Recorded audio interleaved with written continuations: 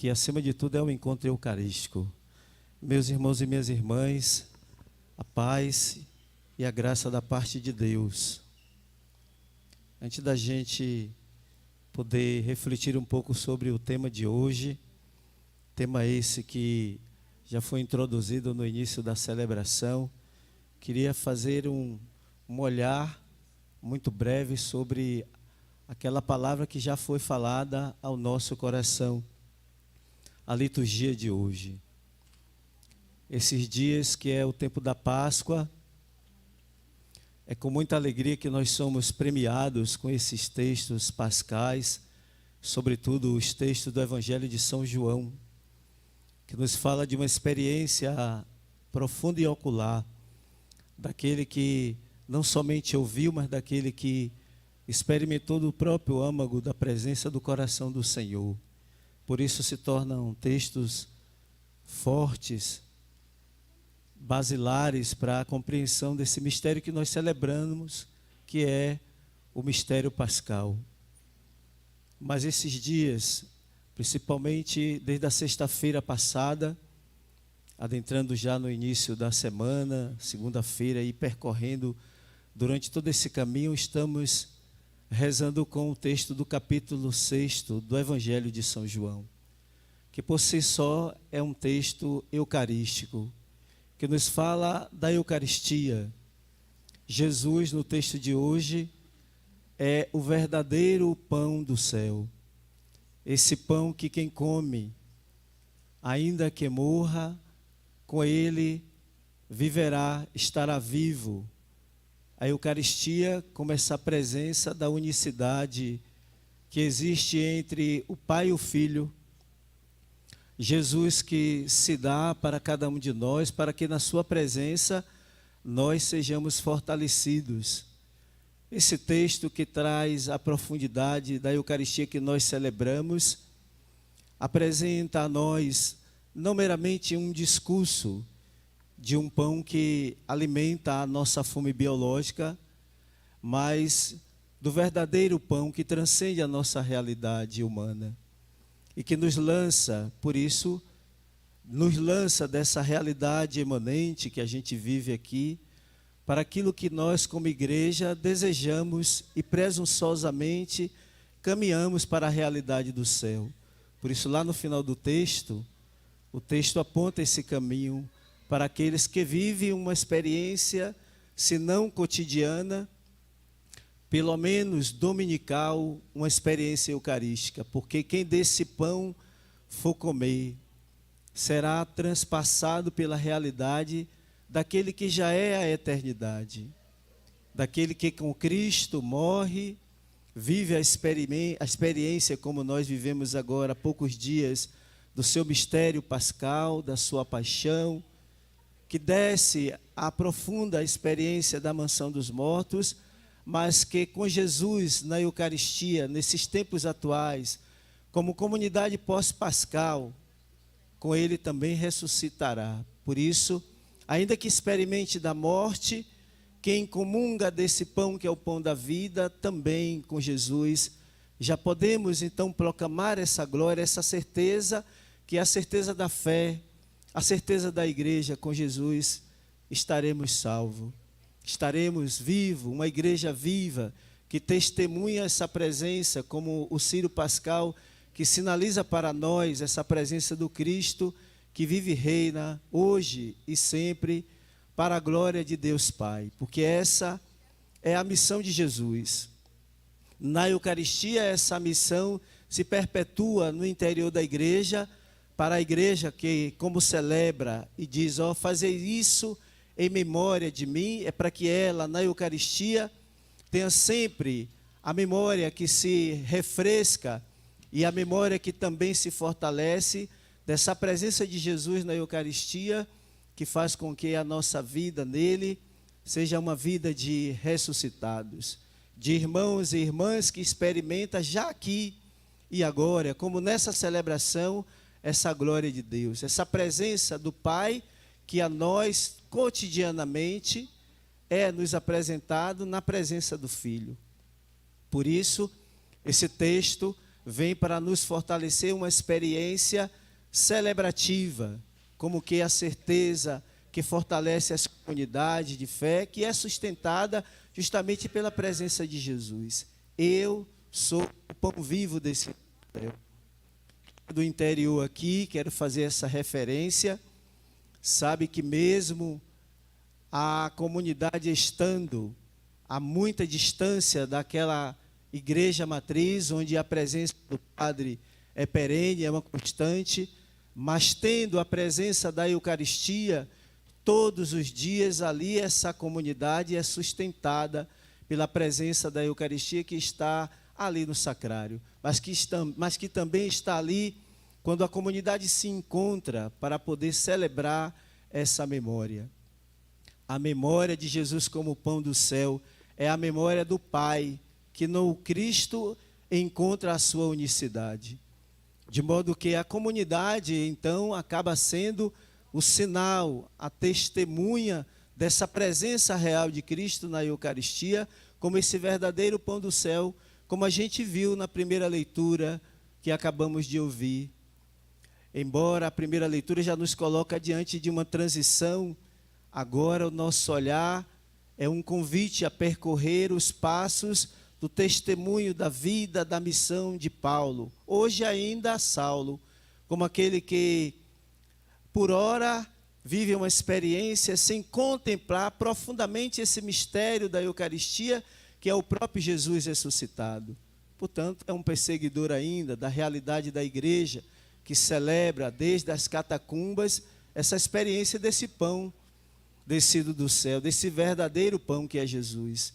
Então o texto de hoje já nos coloca diante dessa cena e acompanhemos muito profundamente aquilo que a primeira leitura vai nos dizer quando nós vamos experimentar dos passos daquilo que Deus é capaz de fazer na nossa vida, como também fizera com a vida de Saulo. Sobretudo uma experiência de conversão. A Eucaristia é um convite a uma experiência profunda de conversão. Quem desse pão se alimenta não pode viver uma outra coisa na sua vida, senão uma experiência profunda de conversão. E Paulo vai experimentar desse mistério na sua vida. Ele que, embora perseguidor da igreja, né, o texto que ainda seremos premiados por ele, Saulo, por que me persegues? É a igreja, a fonte dessa riqueza eucarística. Por isso, a igreja vai dizer, os estudiosos vão dizer que a igreja e Cristo, a igreja e esse verdadeiro pão do céu, é uma única coisa, é uma única realidade. A igreja sendo o seu corpo místico e Cristo a cabeça dessa igreja. Portanto, Paulo, ainda na experiência de não ter recebido o batismo, de não ter sido transpassado por esse encontro derradeiro, como nós aqui estamos tendo hoje. Cada Eucaristia é a oportunidade de ter esse encontro derradeiro, onde a palavra e o próprio Jesus nos encontra como nós somos, diante da nossa miserabilidade, diante das nossas fraquezas, para que faça de nós, homens e mulheres, fortalecidos pelos mistérios da presença de Cristo que se apresenta a nós.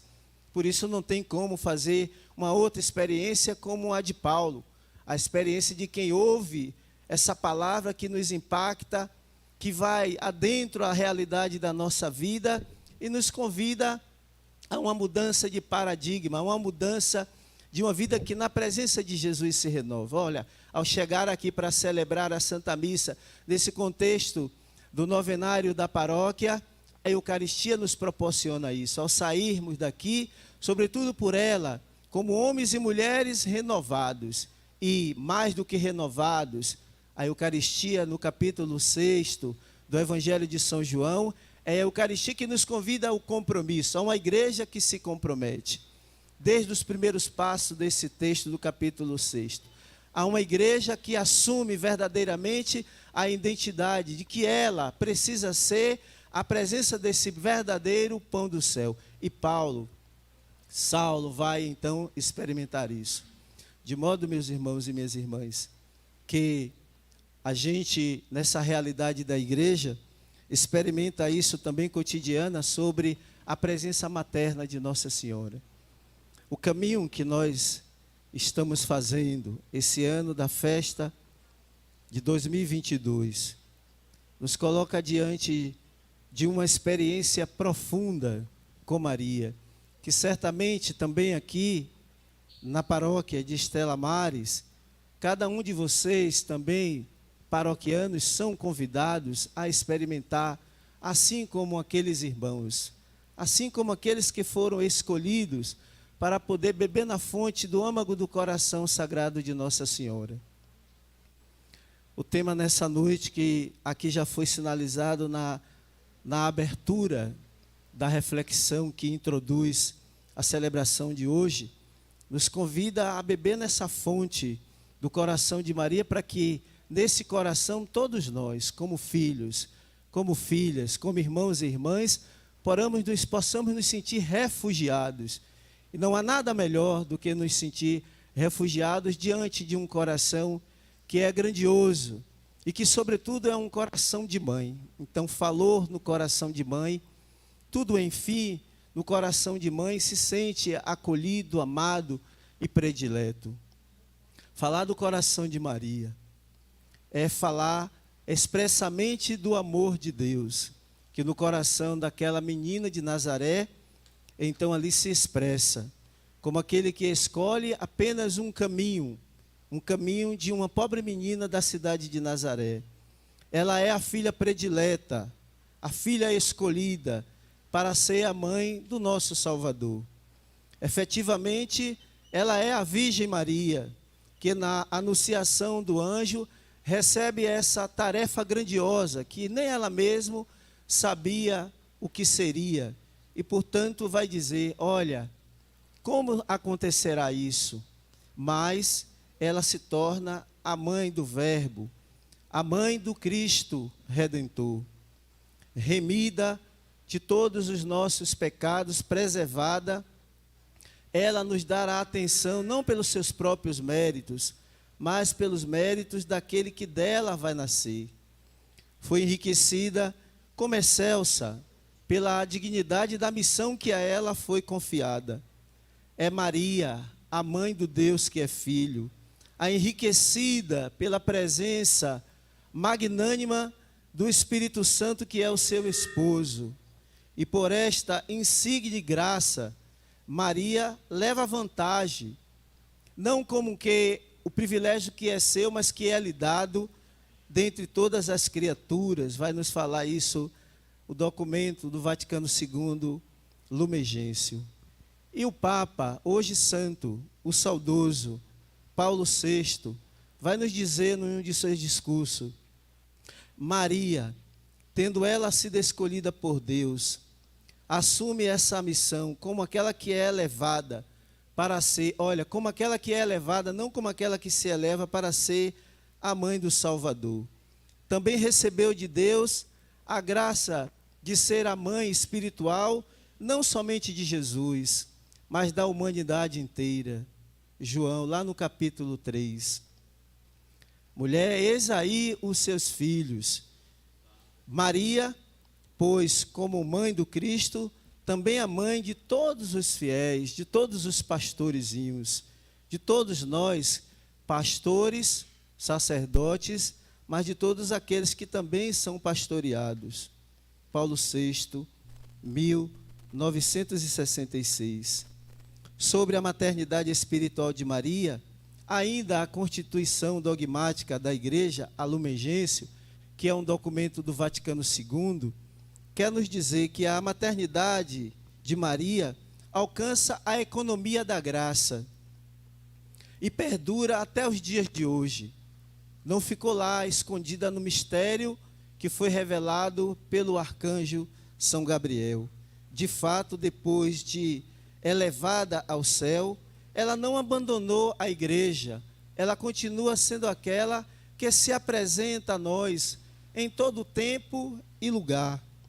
O nosso coração hoje se debruça sobre esse olhar de Maria que se apresenta à igreja naqueles anos de 1917, ano esse que vocês têm gravado no coração.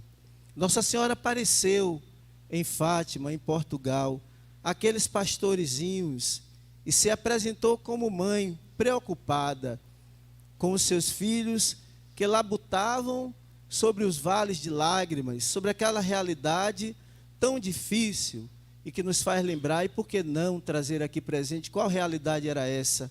A Primeira Guerra Mundial. E trazendo, sobretudo, como mãe que se preocupa com os filhos e quer garantir um lugar de aconchego e calor, com uma mensagem de esperança e de paz. Na aparição de 13 de junho, e não de 13 de maio, e é justamente esse olhar que nos coloca diante do centro do tema de hoje, a Virgem Maria Santíssima, ao ver o sofrimento que Lúcia, e Lúcia aqui é apenas uma representação de uma humanidade que sofre, de uma humanidade que precisa ser acalentada. Ela, então, se apresenta a Lúcia, que vivia da incompreensão dos seus familiares, sobretudo daqueles que estavam mais próximos dela, que não acreditava na primeira aparição. Aí a gente volta para o sentido da festa, onde nós daqui a pouco celebraremos o dia 13 de maio. Dia 13 de maio, você já sabe, de tantas vezes que ouviu falar, Nossa Senhora se apresenta pela primeira vez, aqueles pastorezinhos. Mas a família, também a comunidade religiosa, não pensemos que foi fácil para aquela jovenzinha, criança, adolescente ainda, falar no contexto familiar e no contexto da comunidade que tinha visto Nossa Senhora, e que Nossa Senhora tinha lhe dito tantas coisas, tinha lhe transmitido uma mensagem de paz. E aí, Nossa Senhora se apresenta a Lúcia, que é aflita, então apresentando à mãe as suas incertezas, as suas angústias. Maria vai lhe dizer: e tu sofres, né? Tu estás sofrendo, mas não desanime e nunca te deixe abater, porque encontrarás refúgio no Imaculado Coração, e será esse refúgio o caminho para te conduzires a Deus. Ao dirigir esta palavra à humanidade, aqui representada por Lúcia, Nossa Senhora diz para cada um de nós que nunca nos sintamos sozinhos no interior da comunidade cristã, que nunca corramos o risco de perder a nossa alma. Ela quer ser o nosso refúgio, ser a mãe que intercede, que suplica, que roga. Ou seja, como falei no início da celebração, a mãe que é aquela que é advogada, que advoga, que nos defende, que vai dizer: olha, além das fraquezas, existem tantas qualidades. E um grande santo da igreja, Santo Afonso de Maria de Ligório, vai afirmar: não se perderá certamente quem é fiel à devoção ao coração da Virgem Mãe. Santo Afonso, portanto, ele quer chamar a nossa atenção para esse amor devoto, devotíssimo, esse amor leal e fiel, para que esse amor possa nos possibilitar a certeza de que, estando com Maria, tudo nós venceremos. Tudo em nossa vida, com a intercessão da Virgem Santíssima, se florerá. Nessa mesma aparição de junho, Nossa Senhora vai dizer a Lúcia, retomando esse caminho: Deus está convosco e está ao seu lado nessa experiência de missão. E tão cedo que você foi alcançada, não que alcançou, que foi alcançada. Tu ficarás mais algum tempo, porque havia no desejo do coração de Lúcia de partir, de estar já com Maria. Por isso é isso que ela vai pedir a Nossa Senhora, que Nossa Senhora levasse ela para o céu. Mas assim, então Nossa Senhora vai dizer: é necessário, é preciso que você fique mais um pouco, para que seja sinal. Como assim então foi, meus irmãos e irmãs? É um sinal de estabelecer no mundo a devoção profunda ao coração sagrado de Nossa Senhora. A isso que nós, com o olhar de filho, e também nenhum de nós, como igreja, não podemos deixar de ter, a esse profundo olhar devoto ao Sagrado Coração de Maria. Portanto, o culto a Nossa Senhora não é um culto recente que nasceu sobre essa experiência do encontro daqueles pastorezinhos ali no ano de 1917. Mas os grandes santos da igreja, os antiquíssimos santos, Santo Agostinho, São Tomás de Aquino, já nos chama a atenção para a devotíssima, o culto predileto ao coração imaculado de Maria.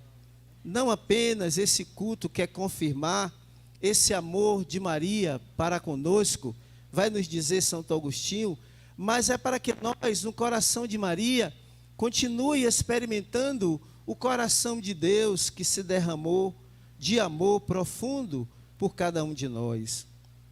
Em segundo, conformando a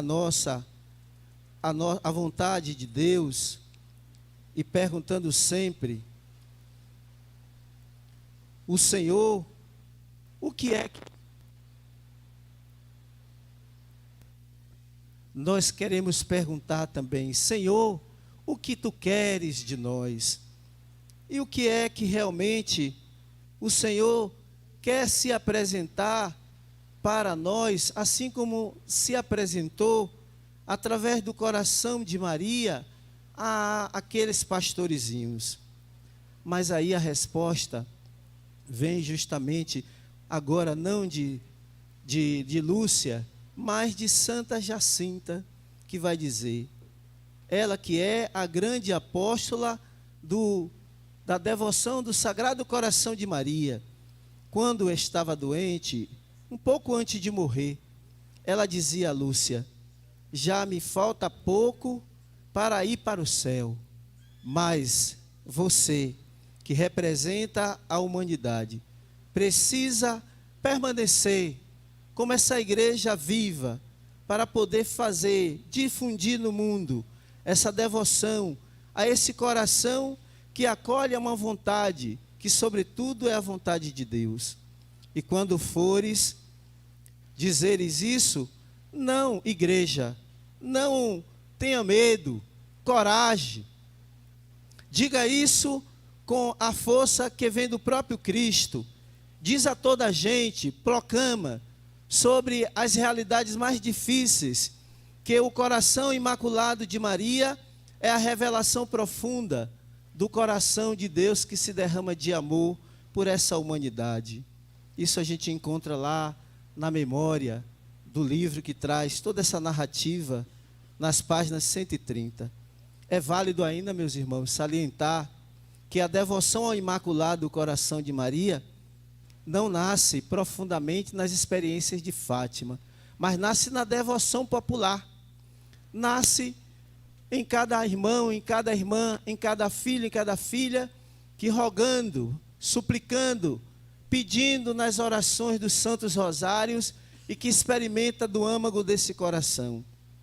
É bem verdade que nessa aparição aos pastorezinhos, entendemos que Nossa Senhora, ela faz uma aparição de predileção, porquanto, depois de afirmar que Deus queria estabelecer no mundo a devoção do seu Imaculado Coração, através do Sagrado Coração de Maria em Fátima, por meio dessa reparação, Nossa Senhora aparece também tantas outras vezes, e aqui bem perto da gente, ela vai aparecer em Anguera, mas ela vai aparecer também em Lourdes, ela vai aparecer em tantas outras realidades.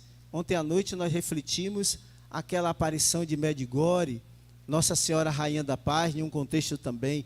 Ou seja, não parou-se o coração sagrado de Maria não parou-se na experiência de Fátima. Esse coração que se importa conosco continua a se apresentar, continua a nos ouvir, a escutar os aflitos, as realidades diversas desse povo, muitas vezes sofridos. Aí a gente pode também trazer presente que nesse tempo de pandemia que ainda estamos, né? Graças a Deus, experimentando essa realidade, eu hoje pela primeira vez aí estou aqui celebrando com vocês sem máscara, ainda sem jeito, é uma coisa meio estranha, a gente vai tirando aos poucos e que parece que fica um costume no rosto. Eu estou me sentindo aqui meio estranho, na verdade, com vocês, mas a gente precisa tirar de fato essa máscara. Mas essa pandemia, esse coração sagrado, imaculado de Maria, esteve muito presente nas realidades diversas, dos diversos rosários, das ave-marias suplicantes, que tantas Lúcias e Lúcios se apresentou a esse sagrado coração para poder suplicar e pedir a ela esse refúgio verdadeiro. Por fim, meus irmãos, não desanimes, essa é a palavra que Nossa Senhora vai dizer a Lúcia e quer nos dizer também a nós através do seu sagrado coração. E nunca deixemos esse amor profundo, de nutrir esse amor profundo à Mãe de Deus e nossa Mãe. Pois nesse coração nós encontramos aquilo que muitas vezes nós experimentamos em nossa casa, sobre o olhar materno do coração da nossa mãe, o carinho, mesmo quando nós enfrentamos muitas vezes realidades que não merecemos. Mas o coração sagrado de Maria é um coração cheio da promessa de Deus, dessas promessas que não se esgota, nem quando nós não merecemos. Mas esse coração de mãe é um coração que puramente, derramando o seu amor, nos alcança e apresenta todas as nossas realidades suplicante ao coração sagrado do seu Filho. Experimentar e ser devoto do coração sagrado de Maria é experimentar desse coração amoroso que se eleva até a realidade da cruz, até a realidade da ressurreição, que é o coração de Jesus. Portanto, peçamos a Nossa Senhora, e hoje e aqui, Nossa Senhora de Fátima, que ela interceda a nós, que ela rogue pelas nossas causas, por tudo aquilo que nós aqui trouxemos, nas realidades que nós nos encontramos, das nossas aflições, de realidades que muitas vezes nós nem sabemos o que fazer, para que ela, com o seu coração amoroso, possa verdadeiramente apresentar a cada um ao coração sagrado do seu Filho. Louvado seja o nosso Senhor Jesus Cristo. Para sempre seja louvado e a nossa Mãe Maria Santíssima.